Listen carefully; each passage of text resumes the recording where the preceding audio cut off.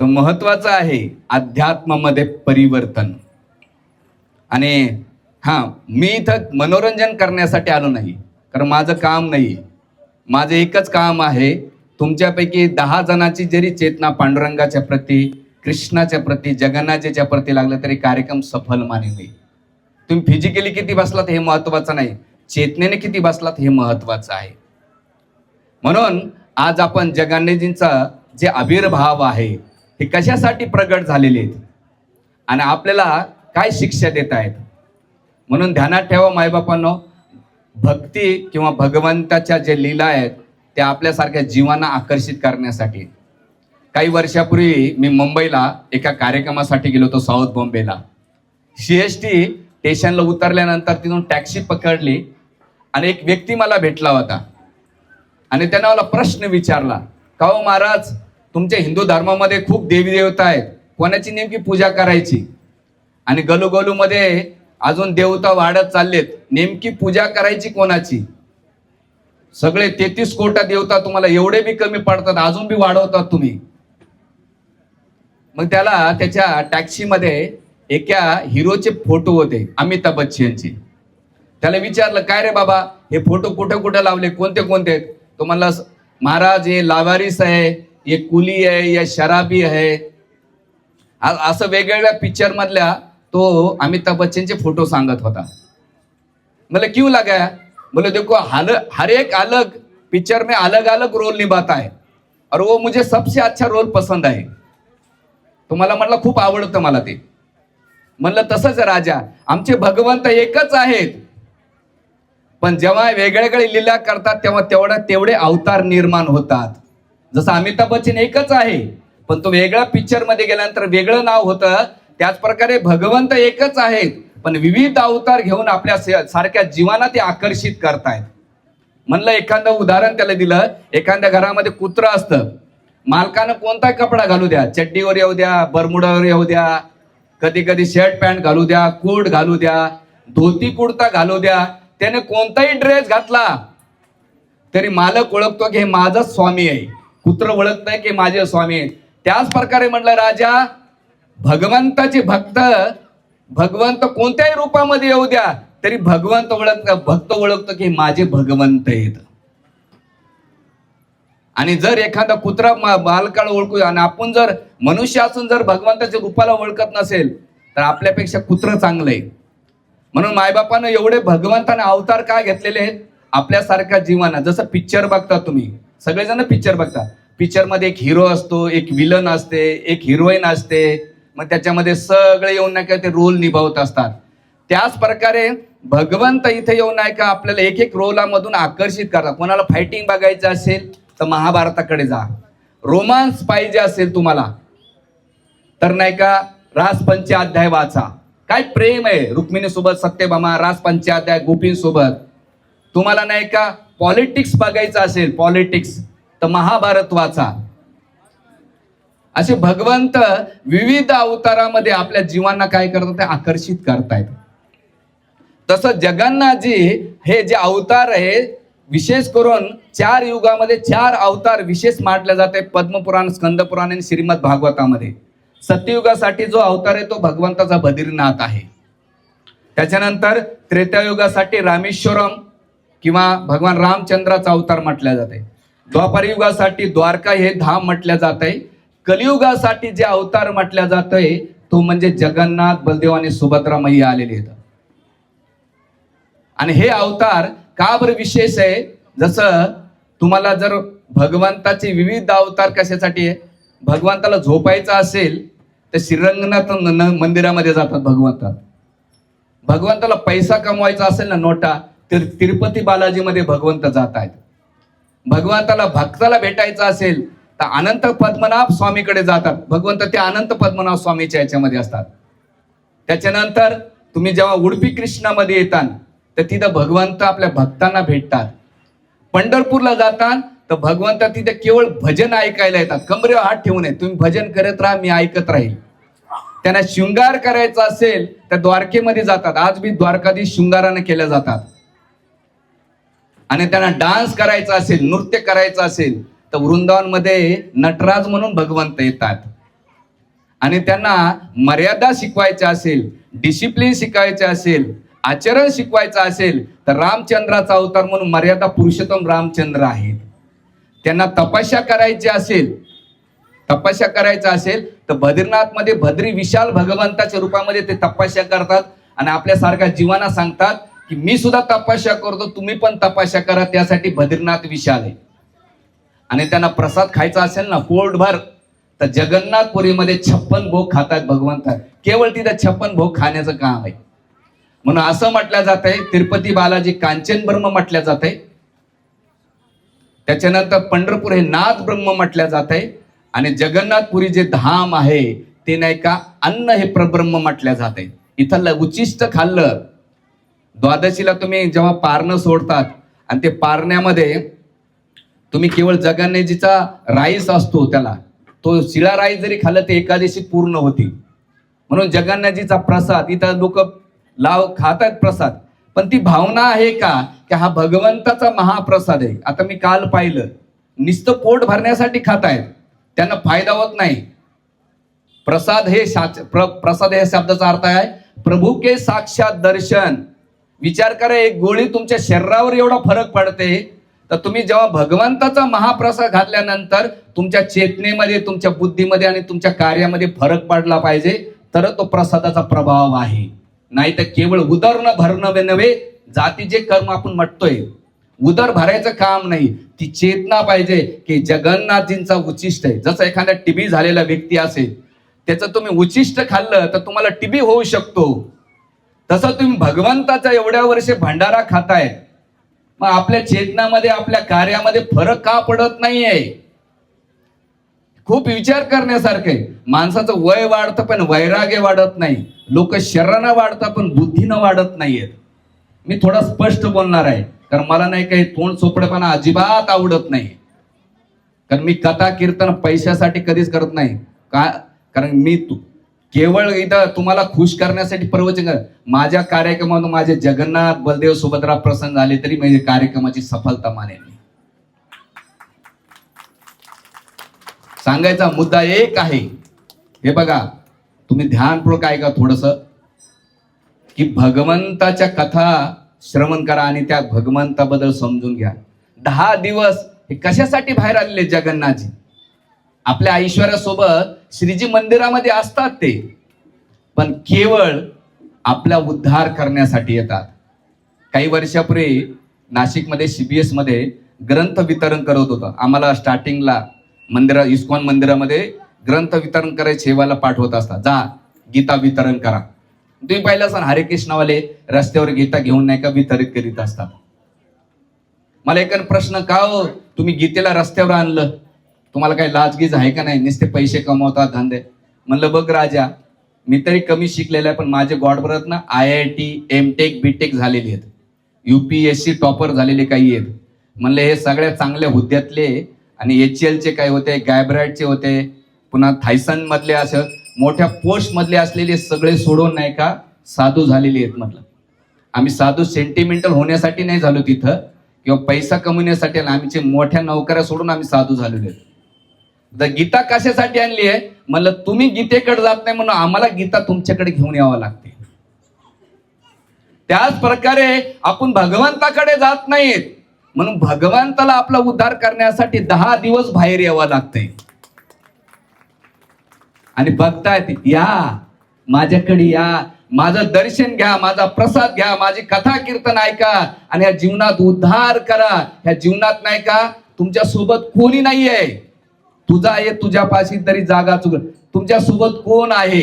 तुमच्या आई बाप, बहीण भावंड, नवरा बायको. प्रश्न करायचा, तुम्ही आता झोपताना विचार करायचा, माझं कोण आहे आणि मी कोणाचा आहे? माझं कोण म्हटल्यानंतर तुम्ही म्हणता हा माझा आहे, पण मी गेल्यानंतर किती लोक माझ्या सोबत येतील? मी त्याचा आहे, तो गेल्यानंतर मी त्याच्या सोबत किती जाणार आहे? ह्या जगातले सगळे संबंध एकदम स्वार्थावर आधारित आहे. तुम्ही चांगल्या वस्तू घेतल्या ना, तुमचं प्रेम वाढतंय, आणि त्या वस्तूमध्ये कमी जास्त झालं रे झालं की तुमचं प्रेम विखरून जात आहे. हे सगळ्या भामट्याचा संबंध आहे. बघा नातेवाईकामध्ये, भाऊबंदकीमध्ये, माहेराला सासराला तुम्ही साड्या चांगल्या घेतल्या, वस्तू चांगल्या दिली की प्रेम उतू येते त्यांचं, सोड्याच्या बॉटल सारखं. पण त्याच वस्तू कमी झाल्या रे झाल्या की ते प्रेम नाही का क्रिटिसिझम मध्ये, निंदामध्ये, दोष पाहण्यामध्ये, याच्यामध्ये ते जात आहे. म्हणून प्रेम हे स्वार्थावर आधारित नसलं पाहिजे. प्रेम हे निस्वार्थावर आधारित असलं पाहिजे. आणि भगवंत हे निस्वार्थाचे प्रेमाचं प्रतीक आहे. भगवंताला अन्य अभिलाषिता शून्य ज्ञान कर्मानावृतम अनुकूलेन कृष्णानु शीलनम भक्ती उत्तनम. भगवंताकडे अन्न अभिलाषेच्या भावनेने गेलं पाहिजे. पांडुरंगा, विठ्ठला, हे जगन्नाथ, हे राम, तुम्ही माझे आहेत आणि मी तुमचा आहे. भगवंता, तुझ्याशिवाय मला काही नको या संसारामध्ये. सगळं काही दिलंय, हे शरीर चांगलं दिलेलं आहे, परिवार दिलाय, मला घर दिलंय, नातेसंबंध सगळं काही दिलेलं आहे. पण पांडुरंगा, तू मला भेटत नाहीस. तू कधी भेटशील रे पांडुरंगा? कधी भेटशील मला? हे राम, हे जगन्नाथ, तुम्ही मला कधी भेटता? तुम्ही, माझं मन तुमच्या प्रती कधी आकर्षित होईल? या संसाराच्या प्रती, इंद्रियाच्या प्रती एवढं आकर्षित होत आहे. पण पांडुरंगा, माझं मन तुझ्या प्रती आकर्षित व्हा. रडा कधीतरी पांडुरंगासाठी. म्हणा पांडुरंगा, अरे बस झालं या संसारात, आता नकोय. ज्याला गोपाळ आवडतो त्याला संसार आवडत नाही, आणि ज्याला संसार आवडतो त्याला गोपाळ आवडत नाही. तुकाराम महाराज सुंदर अभंगाच्या माध्यमातून सांगतात. म्हणून ह्या संसारातले संबंध कसे आहेत माई बापांनो?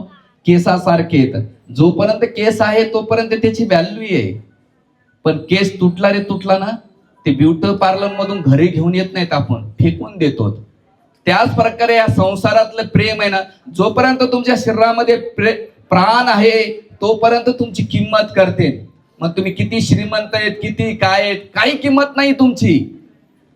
शरीरातून एकदा प्राण निघून गेला रे गेला की लोक म्हणतात घेऊन चला. हे सगळं कळत आहे पण वळत नाही, जीवनात उचरत नाही. आपल्याला वाटतं सगळं जग मारणार आहे, पण मी मारणार नाही. म्हणून हे सगळं सांगण्याचा माग, हे कडक बोलण्याचा मागचा उद्देश काय? की आपण पांडुरंगाला असं तळमळतेनं, तीव्रतेनं जगन्नाथजीला आकर्षित केलं पाहिजे. जगन्नाथ, तुम्ही मला सोडू नका. माझे इंद्रिया मला तुमच्यापासून घेऊन जात आहेत. माझी बुद्धी भ्रष्ट आहे. ह्या संसाराच्या प्रती एवढं अट्रॅक्शन आहे, ते अट्रॅक्शन कट कर, सोड. कुंती महाराणी स्वतः म्हणते भगवान कृष्णाला. कृष्णा विचारतात, आत्या काय देऊ तुम्हाला? कृष्णा, आत्या म्हणते कुंती महाराणी, कृष्णा, माझ्या माहेरच्या आणि सासरच्या दोघांचे संबंध तोडून टाक. असं का? मी पण माहेरचा आहे ना. नाही कृष्णा, माझ्या मुलं चांगले आहेत, पण माझं स्नेह त्यांच्या प्रती, माझं चित्त त्यांच्या प्रती लागतंय, म्हणून त्यांच्या प्रती पण स्नेह नको. माहेरचे लोक भाऊ भाऊजाई आणि जे माहेरचे लोक आहेत ना, त्यांच्या प्रती पण नको. मग कोणाच्या प्रती? त्यावेळेस कुंती म्हणते, नमो पंकज नाभाय, नमो पंकज मालिने, नमो पंकज नेत्राय, नमस्ते पंकजांग्रही. अरे कृष्णा, तू पाहिजे रे. जगात सगळं मी दुःख पाहिलं, सुख पाहिलं, आनंद पाहिलं, पण एक आहे, ह्या जीवनामध्ये तू नसल्यामुळं माझं जीवन अधुरं राहिलेलं आहे. म्हणून आपल्या जीवनाची कमतरता कधी भरून निघेन माहिती का? परिपूर्ण परफेक्शन कधी येईल माहिती का? ज्या दिवशी तुमच्या जीवनामध्ये भगवंताला प्रवेश केला, तुमचं जीवन परफेक्ट बनेल. तुमची झिरो किती वाढवले, तुमच्या झिरो किती वाढवले ते किंमत नाही.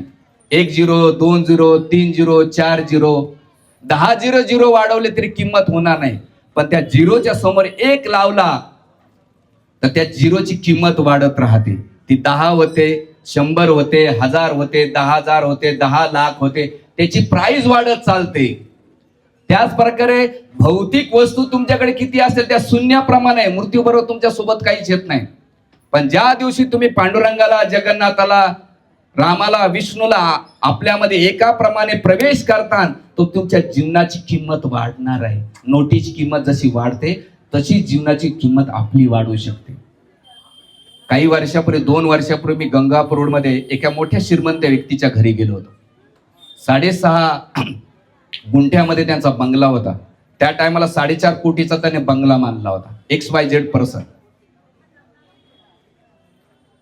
आणि त्या बंगल्यामध्ये मला दाखवत होते की स्वामीजी या बघा आणि सगळं दाखवत असताना मला एक साक्षात्कार झाला, ह्या जेव्हा माणूस वारल्यानंतर याची अंत्यविधी कुठे केल्या जाईल. आणि गाडी समोर पार्किंगमध्ये फॉर्च्युनर गाड्या, इंडिवर गाडी आणि भरपूर काही संपत्ती होती. म्हटलं ह्या जगातली सगळं त्याच्याकडे होतं, पण मृत्यूच्या वेळेस न गाडी, न घर, न सोनं, न पैसा, हे सगळं काही येणार नाही. मग मला प्रश्न पडतो, जी गोष्ट सोबत येत नाही त्यासाठी मरमर करतो, आणि जी गोष्ट सोबत येणार आहे त्यासाठी आपण कधी प्रयत्नच करत नाहीत. वाक्य एकदा पुन्हा रिपीट ऐका.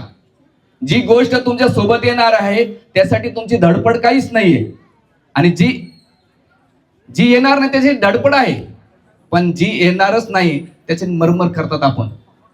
म्हणून जी गोष्ट येणार आहे ती करा प्रयत्न.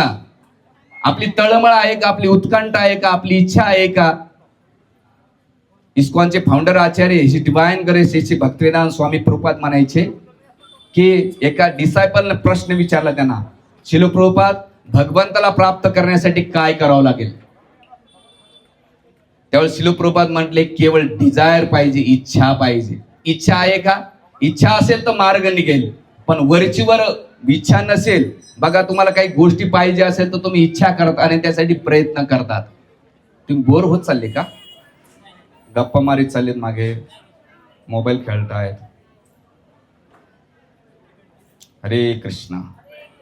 आमच्या इस्कॉन मध्ये पिन ड्रॉप सायलन्स असतं कथेमध्ये. मी केवळ आमच्या सोमा सायूमुळे आलो, मी नाहीतर येणार नव्हतो, कारण ऑलरेडी माझा दुसरा कार्यक्रम स्किप करून आलोय मी इथं. असो, तर महत्वाचं आहे की आपण याच्यावर चिंतन मनन केलं पाहिजे, आणि जेवढं चिंतन मनन करता रियालिटी समजली पाहिजे लाईफ मध्ये. आणि ती रियालिटी जेव्हा कळेल, जेव्हा मटेरियलिस्टिक गोष्टीची तुम्हाला मटेरियल लाईफची नाही का रियालिटी कळल्यानंतर, तेव्हा स्पिरिच्युअल कडे, अध्यात्माकडे, भक्तीकडे बघण्याचा दृष्टिकोन तुमचा बदलेल. म्हणून भौतिक संसार समजला की अध्यात्म समजेल. भौतिक संसार नाही समजला ना, अध्यात्म तुम्हाला कधीच कळू शकत नाही. वर्षानुवर्षे प्रवचन कीर्तन खूप ऐकले, बोलणारे मेले पण ऐकणारे अजिबात चेंजेस नाही झाले. कारण बाबा लोकांनी दक्षिणा घेऊन गेले, कार्यकर्त्याने आपलं श्रोत्याने भंडारा खाल्ला, निघून गेले. कार्यकर्त्यांना वाटलं आम्ही कार्यक्रम केला. लोकांच्या जीवनात फरक काय पडला? काय फरक पडला? काही वर्षापूर्वी मला एक प्रश्न मांडला, का हो महाराज एवढे वर्ष जप तप करतो, काही फरक पडला नाही. त्यानं म्हटलं, दारूच्या गुळण्या वरचीवर मांडल्या तर नशा येत नाही, दारू जेव्हा आतमध्ये उतरली तर नशा येते. त्याच प्रकारे वरचीवर तुम्ही किती व्रत कैवल्य केले, किती तुम्ही श्रावण, 1 महिना श्रावण, बाकी महिने रावण, 9 दिवस दुर्गा दुर्गा दुर्गा, आणि 11 दिवशी म्हणतात लाव मुर्गा. 1 महिना आता श्रावण येत आहे, आणि त्या सोमवती अमावस्याला काय करतात, कोंबडे खातात. 1 महिना लेता. तुम्हाला काय वाटतं, देव प्रसन्न होतो का तुमच्यावर? 1 महिना श्रावण आणि बाकी महिने रावण, आणि 9 दिवस दुर्गा दुर्गा, आणि 11व्या दिवशी म्हणतात लाव मुर्गा. हे भामटेची दुनिया हो. देव नाही काय इंद्रिय तुप्त करून कधीच भेटू शकत नाही. देवाला प्राप्त करायचं असेल तर त्याग, समर्पण आणि कम्फर्ट झोनच्या बाहेर यावं लागेल. कम्फर्ट झोन जोपर्यंत राहील ना, म्हणून जो लोक स्ट्रगल करतात त्यांना देव आठवतो, ज्यांना कम्फर्ट झोन आहे ना त्यांना देव आठवत नाही. म्हणून विशेष करून जे जेनजी आहेत, स्टुडंट्स आहेत तिथे, मी त्यांना विनंती करेन, स्पिरिच्युअलिटीला नाही का व्हॅल्यू द्या. गॅजेट्स मध्ये इन्व्हॉल्व्ह होऊ नका. गॅजेट हे तुम्हाला डिप्रेशन आणि ट्रेसच आणणार आहे. आणि ऑलमोस्ट सगळे लोक, 95% लोक किंवा त्याच्या प्लस म्हटलं तरी गॅजेट्स मध्ये इन्व्हॉल्व आहेत.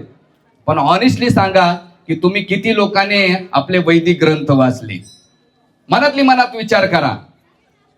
तुम्ही ऑलमोस्ट सगळे हिंदूच आहात ना? किती लोकांनी गीता वाचली? हात वरती करा. माग स्टुडंट नुसते झेंडे मिरवायला, एकदम टीका लावायचं, उड्या मारायच्या. किती लोकांनी महाभारत वाचलं, रामायण, बाकीच्या ना गाव गप्पा, गावचे धुण्यात वेळ घातला, पण गीता नाही वाचली. मी जो विषय घेऊन आलो होतो ना, आमच्या गुरु भगनीने सांगितलं तरी प्रभूजी याच्यावर घ्या, जगन्याच्या काठावर, पण म्हटलं नुसत्या जगानेच्या कथा ऐकून लोक मनोरंजन करून घेते आणि शेवटी प्रसाद झाला, घंटी वाजली की पळते म्हटलं. पण म्हटलं इथं तत्वज्ञान खूप महत्वाचं आहे. म्हणून जीवन ही पूर्वतयारी आहे आणि मृत्यू त्याची अंतिम परीक्षा आहे. म्हणून देवाला प्राप्त करायचं असेल एकच पर्याय, भक्ती करा. म्हणून मी आमच्या ग्रस्त काउन्सिलिंग मध्ये सांगत असतो ग्रस्तांना की तुमच्या जीवनाचं शेड्यूल कसं असलं पाहिजे. सकाळचा टाइम तुमचा 2 गोष्टीसाठी असला पाहिजे. अर्ली मॉर्निंग उठा, सकाळी मॉर्निंग वॉकिंग करा, योगा करा, प्राणायाम करा, physical fitness. Second thing, spiritual practice करा, ज्यामुळे मेंटल स्टेबिलिटी येऊन जाईल तुम्हाला. तुमच्याकडून निगेटिव्ह, तुमच्या लाईफमध्ये निगेटिव्ह थॉट्स, त्याच्यानंतर तुम्हाला बॅड असोसिएशन असतं किंवा निगेटिव्ह नाही का तुमच्या लाईफमध्ये ट्रेस आणि एक्झायटी असते, त्याच्यातून निघण्यासाठी स्पिरिच्युअल प्रॅक्टिस करा. आणि दिवसभराचा वेळ, टोटल वेळ काय कशासाठी करा, कामासाठी करा. आणि इव्हनिंग टाइम, संध्याकाळ टाइम केवळ परिवारासाठी, फॅमिलीसाठी द्या. याला म्हणतात हेल्दी लाईफ. ग्रस्त हेल्दी लाईफ म्हटलं जातं. सकाळचा टाइम हेल्थ आणि अध्यात्म, दिवसभर कामासाठी आणि रात्री परिवारासाठी दिला पाहिजे. पण आपण काय झालंय, गॅजेट्समुळे ना स्वतःच्या हेल्थला वेळ देतो, ना फॅमिलीला वेळ देतो, ना अध्यात्माला वेळ देतो. लोक म्हणतात आम्हाला वेळ कुठे आहे महाराज. सगळ्याला वेळ भेटतो पण भक्तीसाठी वेळ भेटत नाही कोणाला. म्हणून अशा भगवंत आपल्या उद्धारासाठी इथं आलेले आहेत. आणि अशा जगन्नाथजींची 2 स्टोरी पाहूया की भगवंत किती सुंदर आणि किती दयाळू आणि किती कृपाळू आहेत, आपल्यासारख्या जीवांना उद्धार करण्यासाठी येत आहेत. म्हणून हा रथयात्रा महोत्सव पद्मपुराणामध्ये, स्कंद पुराणामध्ये याचं वर्णन करण्यात आलेलं आहे. याचा प्रसंग येतो स्कंद पुराणामध्ये. एक दिवस ब्रह्माजीचे 51व्या दिवसामध्ये जगन्नाथजी प्रगट झालेले आहेत.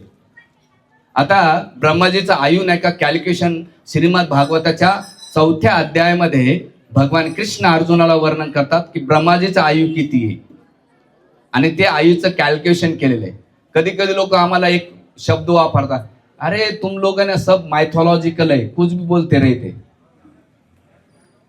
तुम्ही जर तुमचे माइंडसेट तसा असेल ना तर तुम्हाला स्पिरिच्युअल नॉलेज कधीच भेटणार नाही. स्पिरिच्युअल नॉलेज घ्यायचं असेल तर सायन्स आणि स्पिरिच्युअलिटी सोबत असली पाहिजे. अध्यात्म आणि विज्ञान सोबत राहिलं ना ते करायला सोपं जात असतं. म्हणून भागवतामध्ये, गीतेमध्ये आणि श्रीमद भागवताच्या दुसऱ्या कॅन्टोमध्ये, दुसऱ्या स्कंदामध्ये याचं वर्णन करण्यात आलेलं आहे की ब्रह्माजीचे असे आपले 4 युग असतात.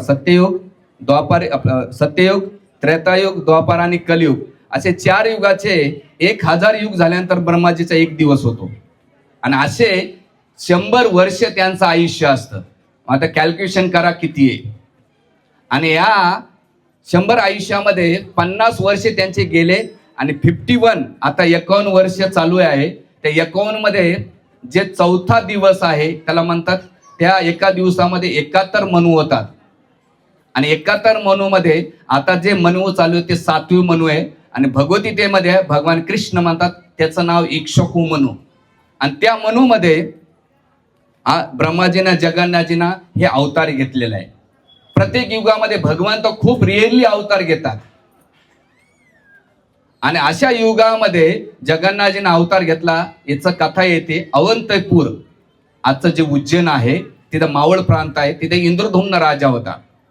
हा राजा अतिशय सद्गुणी होता आणि भगवंताचा प्रिय भक्त होता. त्याला असं वाटत होतं की एकदा तरी माझ्या जीवनाची परिपूर्णता जेव्हा होईल की मी भगवंताचं दर्शन घ्यावं. म्हणून तो दिवस रात्र तळमळ करीत होता, कधी मला भगवंताचं दर्शन होईल. बघा, भगवंताला पाहिजे असेल ना तर पहिला गुण पाहिजे तुमच्यामध्ये तळमळता आहे का. तळमळ असेल तर देव भेटतो. बिना जसं एखादं बाळ रडत असेल ना, मुळमुळ रडत, आई लक्ष देत नाही. पण जेव्हा ते बाळ टॅहा टॅहा करून रडत असतो तेव्हा आई सगळे कामं सोडते आणि त्याला घेते.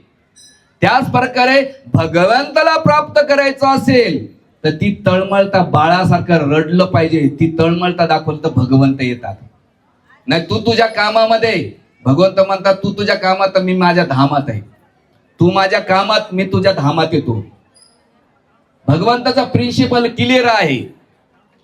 भगवंत तुम्हाला काय वाटतंय, मी तर दोन नाही का हात जोडले, दोन खडी साखर शेंगदाणे खाल्ले म्हणजे देव खुश झाला? अजिबात नाही.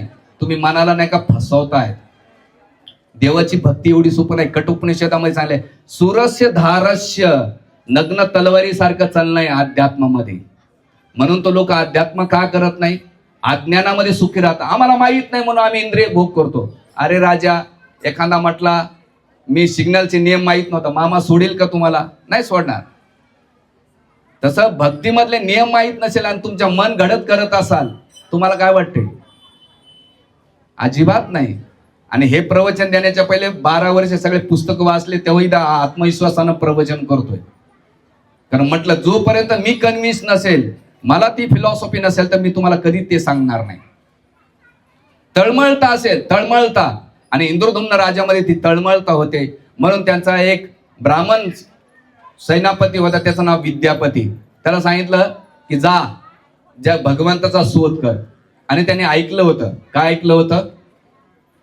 की विद्यापती नीलमाधव जे उत्कल प्रांत आहे, त्या ठिकाणी नीलमाधवचं विग्रह आहे, भगवान विष्णूचा कृष्णाचा विग्रह आहे, त्या ठिकाणी जाऊन घेऊन ये.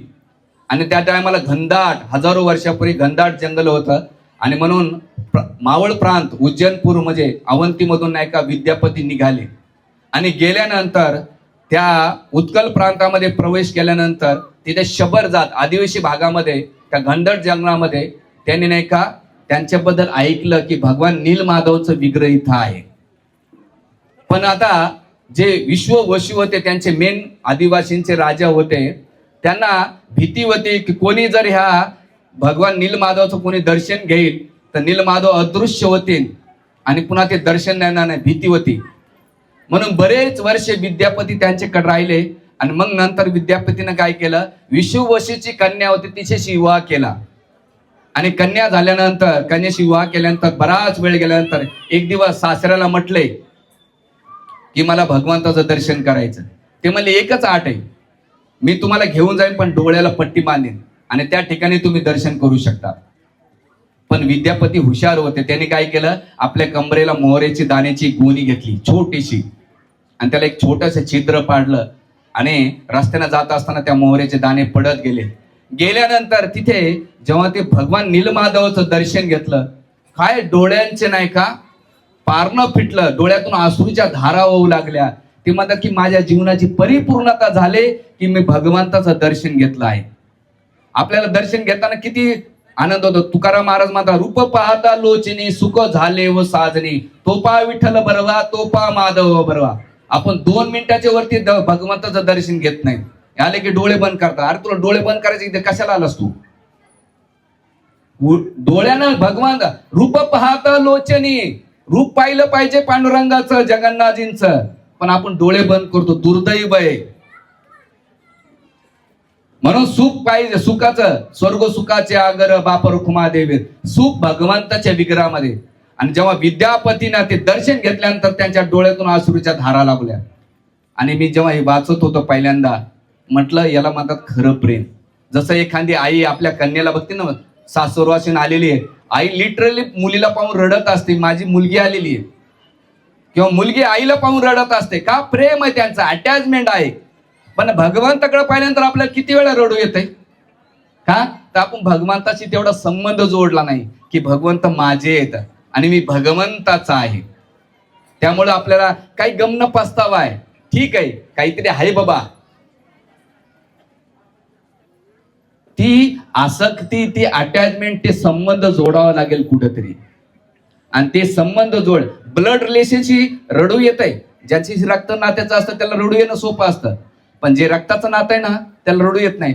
तसंच भगवंताला रक्ताचं नातं समजलं पाहिजे. माझे माता पिता धाता, तुकाराम महाराज म्हणतात, कृष्ण माझी माता, कृष्ण माझा पिता, कृष्ण बंधू सगळा सोये रे. आपण कधी म्हणतो? कधीच म्हणत नाहीत. आणि म्हणून इथे विद्यापतीने जेव्हा दर्शन घेतलं आणि त्या डोळ्यानं गेल्यानंतर ते दृश्य पाहिल्यानंतर विश्ववसूला सांगितलं की मग आमचे राजे आहेत ना, त्यांना दर्शन घ्यायचं. ही स्टोरी खूप मोठी, मी जास्त याच्यात जाणार नाही कारण अजून 5 मिनिटंच आहेत माझ्याकडे. आणि गेल्यानंतर विद्यापती आले.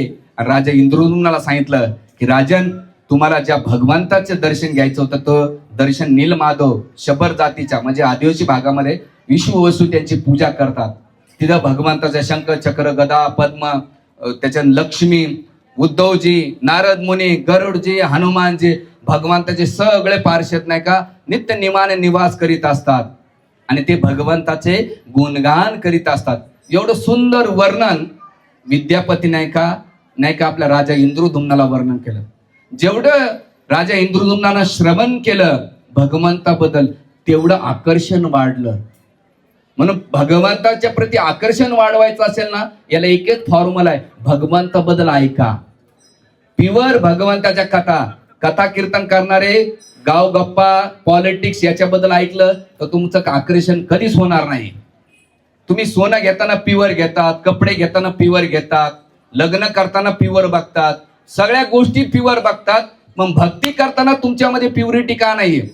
ती पारख का नाहीये की हे बाबा हे कीर्तनकार हे स्वामी किंवा हा वक्ता माझी चेतना भगवंताकडे का घेऊन जात नाहीये? प्युअर मिळावट नाही. आता मिळावट चालू ना, तुकाराम मुंडे जे भेसळ करतात त्यांना दंड देत आहेत.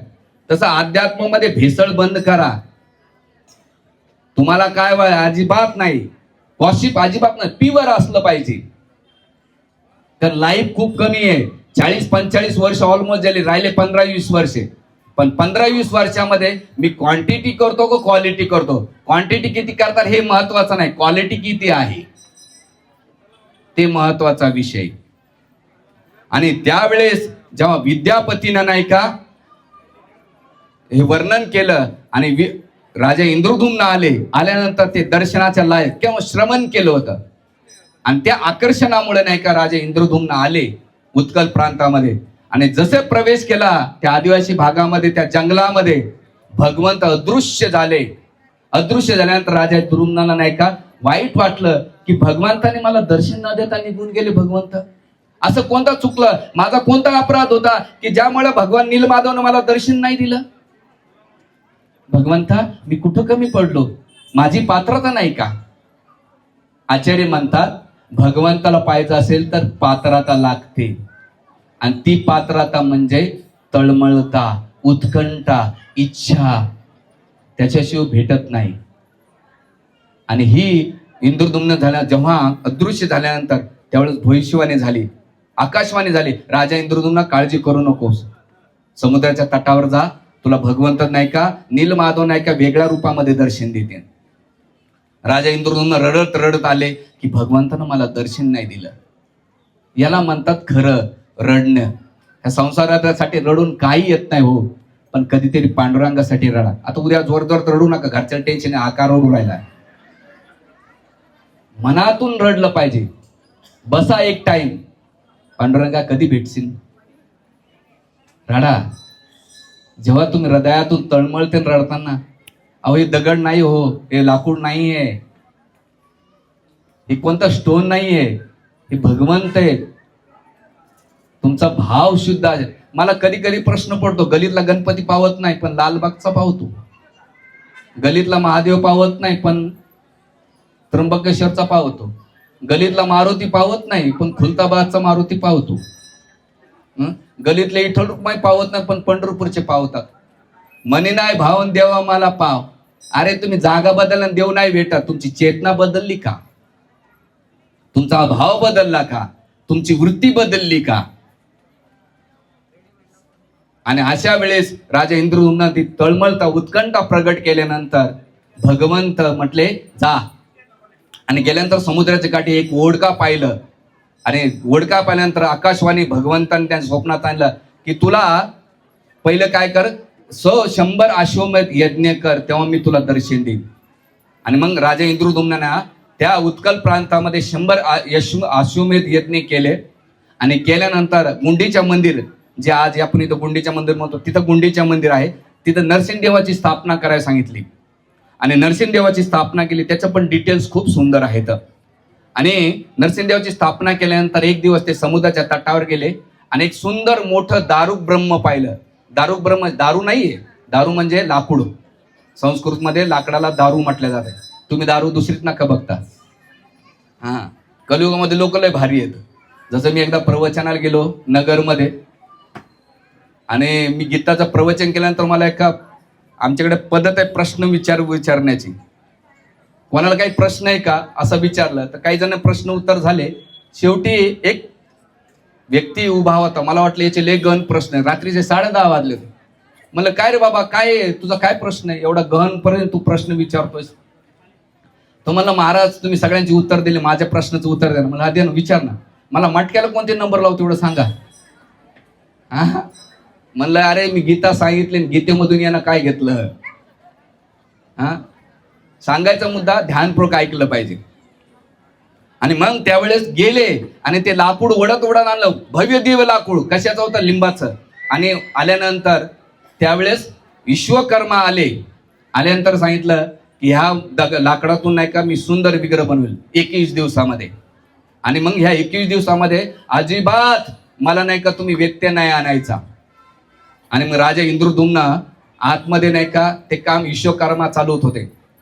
पण राजाची जी पत्नी होती गुंडीचा, हिला लय तळमळ, बायानं लय उत्कोंता असते ना, गुडघ्याला बासीन ना, काय म्हणतात ना, उतळणावर गुडघ्याला बासीन. कोणती गोष्ट तळमळ सोड्याच्या बॉटलसारखे उतू येतात. काही लोक असतात ती वृत्ती. पेशन्स ठेवावं लागतं, टॉलरन्स ठेवावं लागते. मटेरियल लाईफ मध्ये असो का स्पिरिच्युअल लाईफ मध्ये असो, जेव्हा पेशन्स ठेवता, धैर्य ठेवता, सहनशीलता वाढेल तेव्हा तुम्ही सक्सेसफुली होणार आहे. असं सहजासहजी होत नाही हो. आणि मग 15 दिवस झाल्यानंतर गुंडीच्या राजाला म्हटले की बघा काय चालू आहे. आवाज येणं बंद झालं. राजा इंद्रद्युम्न सांगितलं आणि दरवाजा उघडल्यानंतर अर्धवट अपूर्ण ही मूर्ती तुम्हाला दिसते. जगन्नाथ बलदेव सुभद्रा मैया की हे दर्शन झालं. राजाला आनंद आणि दुःख झालं. आनंद या गोष्टीत झालं की भगवंताचं दर्शन भेटलं, आणि दुःख या गोष्टीचं झालं की भगवंताचा अपूर्ण विग्रह. आणि केल्यानंतर भगवंत म्हटले काळजी करून हेच कलियुगामध्ये रूप असणार आहे. आणि याची पण कथा पद्मपुराण आणि स्कंदा पुराणामध्ये येते. भंडारी भक्त लागले बाबा. हरे कृष्णा कृष्णा कृष्णा हरे हरे, हरे राम राम राम हरे हरे. तर सांगायचा मुद्दा असा आहे की ते विग्रह पाहिल्यानंतर भगवान जगन्नाथाने हे रूप घेतलं. का बरं घेतलं? आता 2 मिनिटात मी संपवतो, कारण तुमचं बी तळमळ चालू आहे. कधी संपवतो महाराज? हा एकच आहे भगवंताने, त्याची पण मी डिटेल्स आहे, मी घेत नाही आता. डोळे काय आहेत भगवान जगन्नाथजीचे मोठे, हे शिकवतात की तुमच्यासारखे जीव येतात ना, तुम्हाला भगवंत दिसतात का नाही माहित नाही, महत्वाचं नाही, पण भगवंत तुम्हाला पाहतायत. म्हणून आमचे प्रभुपादाचे गुरु महाराज नेहमी सांगायचे, भगवंताला पाहण्याचा प्रयत्न नका करू, भक्ती अशी करा की भगवंताने तुम्हाला पाहिलं पाहिजे. कशी भक्ती केली? भगवंताने तुम्हाला पाहिलं पाहिजे. तुम्हाला काय दिसतंय? म्हणून डोळे कशासाठी आहेत? पहिली गोष्ट शिकवतात डोळे, की मोठमोठे डोळे आहेत ना तुमच्यासारखे भक्त. जसं बघा ना, या जगामध्ये कोणाचा दोष पाहिजे असेल तर आपले डोळे मोठे होतात, आणि चांगल्या गोष्टी पाहिजे असेल तर नाही का चायनीज डोळे होऊन जातात आपली, भोकरे डोळ्याची. मग जगांना जे सांगतात की जगामध्ये चांगलं बघत चला. जेव्हा तुम्ही दुसऱ्यामध्ये चांगलं बघते तर भगवंत तुमच्यामध्ये चांगलं बघते. तुम्ही लोकांमध्ये दोष पाहता तर भगवंत म्हणतात मी तुझ्यामध्ये दोष पाहतोय. भगवंताचं क्लिअर आहे. आपल्याला काय वाटतंय? म्हणून पहिले डोळे. दुसरं, डोळे एवढे मोठे कशासाठी आहेत?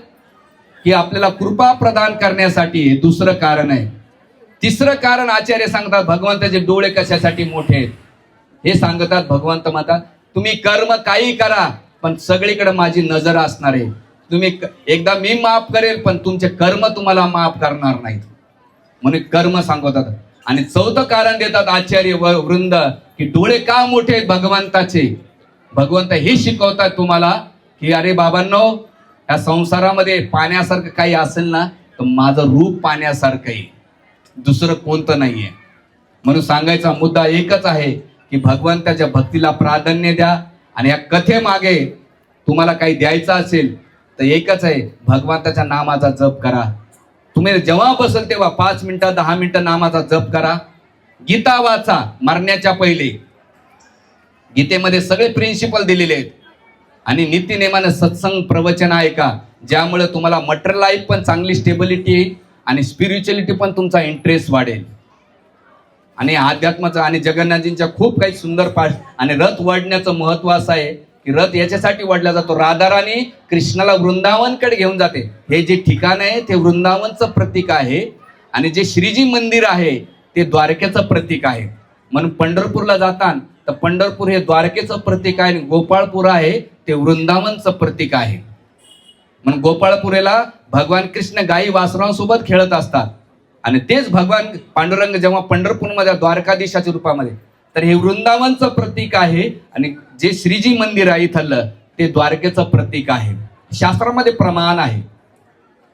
आणि अशा ठिकाणामध्ये येऊन आपली चेतना उन्नत केली पाहिजे आणि ह्या डोळ्यामध्ये ह्या देहामध्ये भगवंताला प्राप्त केलं पाहिजे. कारण जीवन खूप कमी आहे, वेळ खूप कमी आहे आणि कमी वेळामध्ये येऊन आपण भगवंताची तळमळता तीव्रता ही कशातून होईल? नित्यनामानं ग्रंथ वाचन करून, प्रवचन ऐकून आणि नाम जप करून. ज्या दिवशी तुम्ही नाम जप करता, नाम नामकारी बहुधा निज सर्व शक्ती, भगवंताच्या नावामध्ये भरपूर ताकद आहे. आणि नाम जप केल्याचे फायदे तुम्हाला भौतिक संसारामध्ये पण फायदा होतो आणि आध्यात्मिक होतोय. पण जप किती तुम्ही क्वालिटी करतात हा महत्वाचा आहे. माळा करा, एक करा दो. अहो तुम्हाला मोबाईल मध्ये पाहिलं वेळ भेटत असतो, पण जप करायला वेळ भेटत नाही.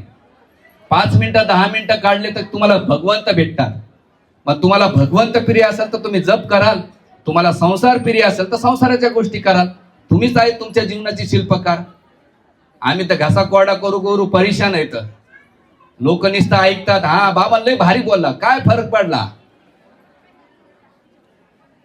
जप करा आणि हे करताना तर तेव्हा तुम्हाला ही प्राप्ती होऊ शकेल. एवढंच आहे. खूप सुंदर काही वर्णन आहे, पण आता वेळेच्या अभावी इथं थांबूया. आणि एकच विनंती आहे, येणाऱ्या 7 दिवसामध्ये बघा प्रसाद खाऊन पोट भरेल आणि दुसऱ्या दिवशी पोट साफ होईल. पण या 7 दिवसामध्ये येऊन तुम्ही बॅटऱ्या चार्ज करा. इथे येऊन हे भगवंत 2च काम करा. 3 येऊन डोळ्याचं रूप दर्शन घ्या. 15 मिनिटं 10 मिनिटं जगन्नाथजी आपल्याला येऊन बघतात. दुसरं कथा ऐका, तिसरं कीर्तनामध्ये नाचा, 4था प्रसाद खा, तरी तुमचा उद्धार आहे आणि मोक्ष प्राप्त होतो. एवढं सुंदर आहे. आपण इथं थांबूया. जगन्नाथ बलदेव सुभद्रा मैया की, जगन्नाथपुरी धाम की. चलो, संत तुकाराम महाराज की जय.